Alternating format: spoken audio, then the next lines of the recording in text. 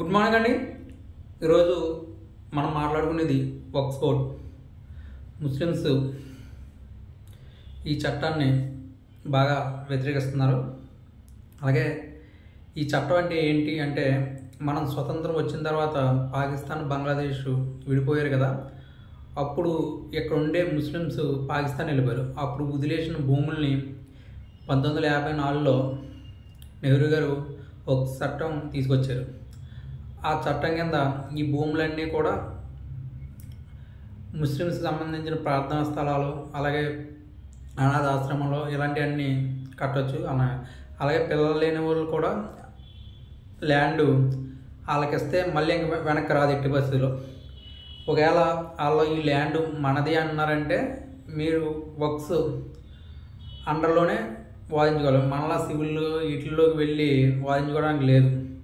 అక్కడ కూడా అందరూ కూడా వక్స్ సంబంధించిన ముస్లిం పెద్దలే ఉంటారు. వాళ్ళందరూ ఏం డిసైడ్ చేస్తే అదే. అలాగే మల్కాజిగిరిలో 700 ఎకరాలు, దాంట్లో చాలామంది ఇల్లు కట్టుకున్నారు. అదంతా కూడా వక్స్కి సంబంధించింది అని అంటున్నారు.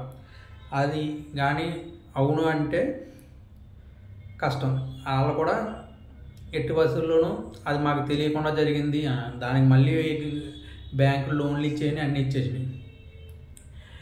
ఈ వక్ఫ్ చట్టం ఎందుకు సవరణలు అంటే, కొన్ని గుళ్ళు కూడా వక్స్లో ఉన్నాయి అన్నారు. అంటే 2000 సంవత్సరాల కింద గుళ్ళు కూడా వక్స్లో ఉన్నాయని వాళ్ళు వాదిస్తున్నారు.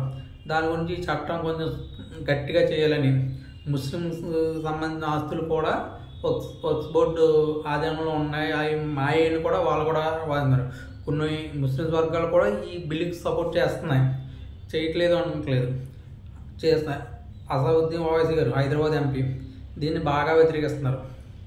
ఎందుకంటే ఇది చట్టం ఓకే అవ్విందంటే దానికి కారణం చంద్రబాబు నాయుడు గారు, నితీష్ గారు, జేడీయూ అధ్యక్షుడు, వీళ్ళిద్దరూ అంటున్నారు. ఎందుకంటే బీజేపీకి బలం లేదు. ఇప్పుడు వీళ్ళిద్దరూ ఓకే చెప్తేనే బలం. కానీ దీనివల్ల ముస్లిమ్స్కి ఏమీ అవ్వదని చెప్తున్నారు. ఎందుకంటే కొన్ని వక్స్ భూముల్లో ఎక్కువ మంది ముస్లిం బాగా పెద్ద మనుషులు, నాయకులు, వాళ్ళకి సంబంధించిన ఆస్తులు ఉన్నాయి. ఏమన్నా ఎక్కడన్నా కాలేజీలు ఉన్నాయి, హాస్పిటల్ ఉన్నాయి, వాళ్ళే ఉన్నాయి హైదరాబాద్ చుట్టుపక్కల. నెక్స్ట్ వాళ్ళకి ఇబ్బంది తప్ప కింద వాళ్ళు కదా ఇబ్బంది అవ్వదు అంటున్నారు. ఈ విషయంలో మాత్రం బీజేపీ స్ట్రైట్ ఫార్వర్డ్ 40 సవరణలు చేస్తున్నాం, దీంట్లో ఎట్టి పరిస్థితుల్లోనూ తగ్గేది లేదంటున్నారు.